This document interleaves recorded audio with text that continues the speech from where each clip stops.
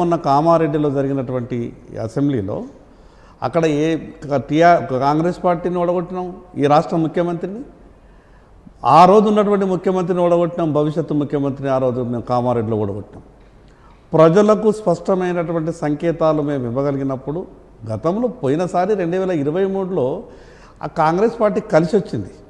Congress party కలిసి వచ్చి అధికారంలోకి వచ్చింది. దాంట్లో మా తప్పిదాల వల్లనే మేము ఓడిపోయినాం, స్పష్టంగా నేను చెప్తున్నా. కాకపోతే కాంగ్రెస్ పార్టీ గొప్పతనం ఏం లేదు దాంట్లో. ఈరోజు ఇప్పటికిప్పుడు 6 నెలలలోపు ఎన్నికలు ఈ రాష్ట్రంలో పెట్టినా ఈ రాష్ట్రంలో భారతీయ జనతా పార్టీ అధికారంలోకి వస్తుంది. ఈరోజు తేదీని సమయాన్ని మీరు గుర్తుంచుకోండి. అధికారంలోకి వచ్చిన తర్వాత కూడా మీ ఛానల్లోనే డిబేట్ జరుగుతుంది. మాట్లాడినటువంటి మాటలు ఆ రోజు నేను గుర్తు చేస్తాను, తప్పకుండా నేను ఆ రోజు మీకు గుర్తు చేస్తా. వెంకటేశ్వర, ఈ రాష్ట్రంలో తెలంగాణ రాష్ట్రంలో ఖచ్చితంగా భారతీయ జనతా పార్టీ అధికారంలో వస్తుంది. అది కూడా తంపింగ్ మెజార్టీ, ఏదో మామూలు మెజార్టీ ఉండదు. నేను చెప్తున్నా కదా, ఇప్పటికీ అనేకమైనటువంటి సర్వేలు కూడా చెప్తా ఉంది. అది ఎందుకు కాంగ్రెస్ పార్టీ క్యాబినెట్లో చర్చ జరిగిందనంటే ఈ రాష్ట్రంలో భారతీయ జనతా పార్టీకి అవకాశం ఉన్నదని కాంగ్రెస్ పార్టీ క్యాబినెట్లోనే చర్చ జరుగుతున్నదంటే ఏ రకమైనటువంటి వాతావరణం ఉన్నది తెలంగాణ రాష్ట్రంలో. ఈరోజు ఈ రాష్ట్రంలో కాంగ్రెస్ పార్టీ పూర్తిగా ఫెయిల్ అయింది.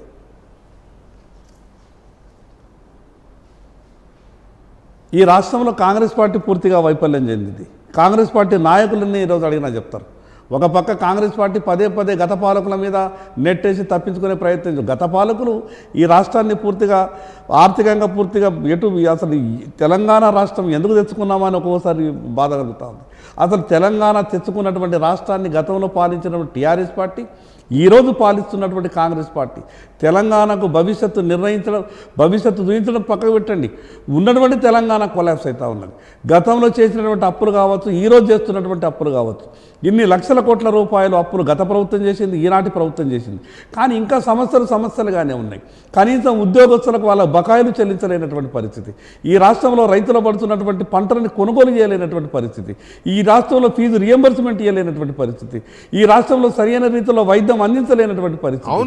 ఈ రకంగా చాలా ఆరోపణలు వస్తున్నాయి, చాలా విమర్శలు ఉన్నాయి ప్రభుత్వం మీద, నిజమే, నేను కాదనట్లా. కానీ ఇవన్నీ బీఆర్ఎస్ క్యాష్ చేసుకుంటుందా, మీరు క్యాష్ చేసుకుంటారా?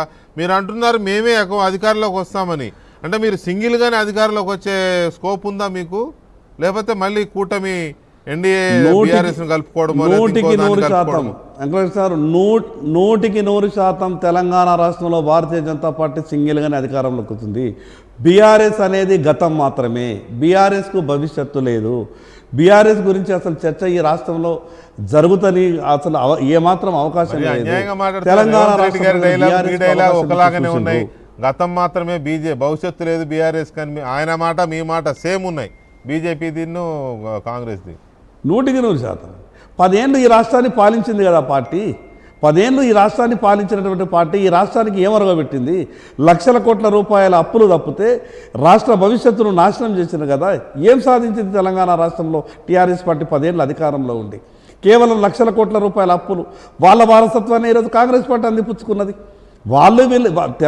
ఈ తెలంగాణ ప్రజలు టీఆర్ఎస్ని, బీఆర్ఎస్ని, కాంగ్రెస్ పార్టీని 5 ఏళ్ళు అధికార అవకాశం ఇచ్చారు. 2.5 సంవత్సరాలు గడిచిపోయింది. గత 10 ఏళ్ళు టీఆర్ఎస్ పార్టీకి అవకాశం ఇచ్చారు. అసలు మళ్ళీ వాళ్ళ గురించి ఈ రాష్ట్రంలో చర్చ జరగదు. మీరు చూసుకోండి, ఖచ్చితంగా ఈ తెలంగాణ రాష్ట్రంలో ఏదైతే పశ్చిమ బెంగాల్లో వచ్చినటువంటి దానికన్నా అధికమైనటువంటి సీట్లు ఈ రాష్ట్రంలో, నేను చెప్తున్న లెక్కల ప్రకారం 70% పైమించి సీట్లు ఈ రాష్ట్రంలో భారతీయ జనతా పార్టీ సాధిస్తుంది. తద్వారా ఈ రాష్ట్రంలో భారతీయ జనతా పార్టీ ప్రభుత్వం తెలంగాణలో ఏర్పడుతుంది. ఒక్క నిమిషం పాయల్ శంకర్ గారు, ఒక్క నిమిషం. శ్రీనివాస్ రెడ్డి గారు విన్నారు కదా, వాళ్ళు ఎంత కాన్ఫిడెంట్గా ఉన్నారంటే, నేను ఇందాక నా ఇంట్రడక్షన్ చెప్తూ ఉంటే మీరు ఏదో అనుకున్నారు, వాళ్ళు అంత కాన్ఫిడెంట్గా ఉన్నారు. బీజేపీ ఢిల్లీ నుంచి గల్లీ దాకా, కర్ణాటక తెలంగాణ 2 ఈసారి కొట్టుడే అనేంత కాన్ఫిడెంట్గా ఉన్నారు. అదేమంటే అసలు బీఆర్ఎస్ని చంపేస్తాను. మీ ఇద్దరు డైలాగ్ ఒకలాగే ఉంది బీఆర్ఎస్ విషయంలో. బీఆర్ఎస్ గతం తప్ప భవిష్యత్తు లేదని. సరే, అదంటే ఓకే అనుకుందాం. బీజేపీ అంత కాన్ఫిడెంట్గా ఉంది, అధికారం మాదే, రేవంత్ రెడ్డి ఫెయిల్యూర్స్ అని. శ్రీనివాస్ రెడ్డి గారు